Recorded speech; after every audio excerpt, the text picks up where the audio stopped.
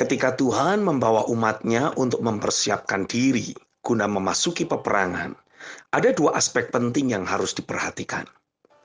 Yang pertama, umat Tuhan harus menanggulangi segala bentuk ketakutan ataupun emosi negatif yang masih ada dalam hidupnya. Ketika roh Tuhan menguasai Gideon, dan Tuhan menggerakkan dia untuk meniup sangkakalanya, menggerakkan orang-orang Israel untuk memerangi bangsa Midian yang selama ini menekan mereka, berkumpullah 32.000 orang. Tapi ada 22.000 yang datang dengan membawa roh ketakutan dalam hidup mereka. Hakim-Hakim 7 ayat yang ketiga. Dalam hukum peperangan yang Tuhan sudah tetapkan, orang-orang yang hidupnya dikuasai ketakutan atau emosi negatif tidak boleh ikut maju berperang karena ketakutan yang mereka bawa akan menulari prajurit-prajurit yang lain. Ulangan 20 ayat 1-4.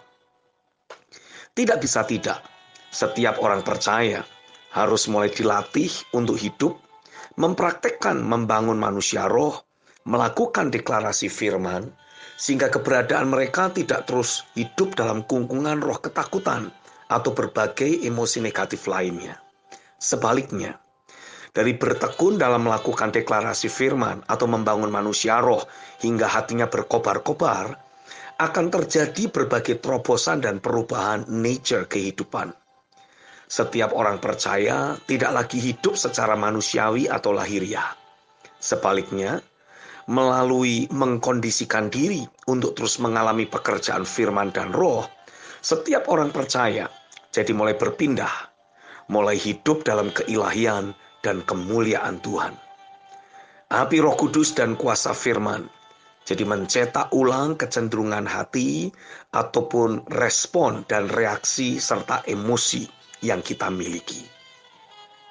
Yang kedua, umat Tuhan harus mulai membangun kewaspadaan rohani atau spiritual alertness, dan dengan kedisiplinan terus menjaga pikiran atau hatinya untuk tetap tertuju hanya kepada firman.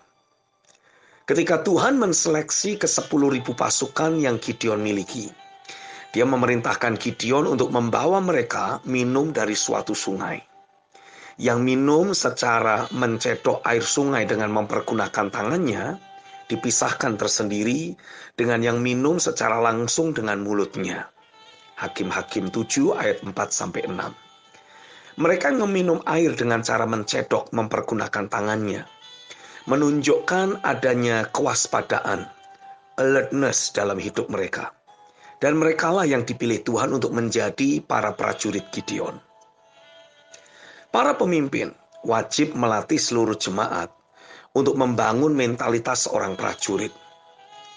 Mereka menjadi selalu waspada terhadap berbagai pikiran atau pemikiran yang melintasi pikiran mereka. Sesungguhnya, area pikiran adalah merupakan medan peperangan yang harus selalu dikontrol, dikuasai, agar selalu selaras dengan firman.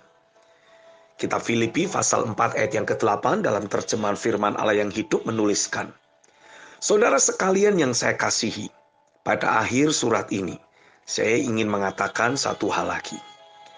Arahkanlah pikiran saudara kepada hal-hal yang benar, yang baik, dan yang adil. Renungkanlah hal-hal yang murni dan indah, serta kebaikan dan keindahan di dalam diri orang lain.